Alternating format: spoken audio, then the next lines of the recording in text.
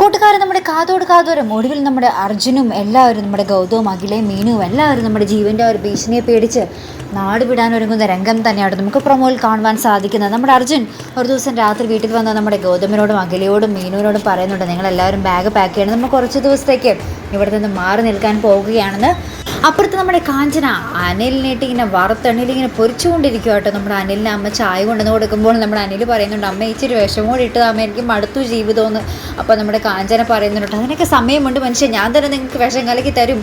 അപ്പോൾ എന്നിട്ട് അമ്മയോട് പറയുന്നുണ്ട്, അമ്മ ഇവിടെ നിന്ന് നേരങ്ങളല്ലേ, എനിക്ക് വിശക്കണു, പോയി ബ്രേക്ക്ഫാസ്റ്റ് ഉണ്ടാക്കുന്ന പറഞ്ഞ് നമ്മുടെ കാഞ്ചന അമ്മയോട് കൽപ്പിക്കുന്നൊക്കെ ഉണ്ട്.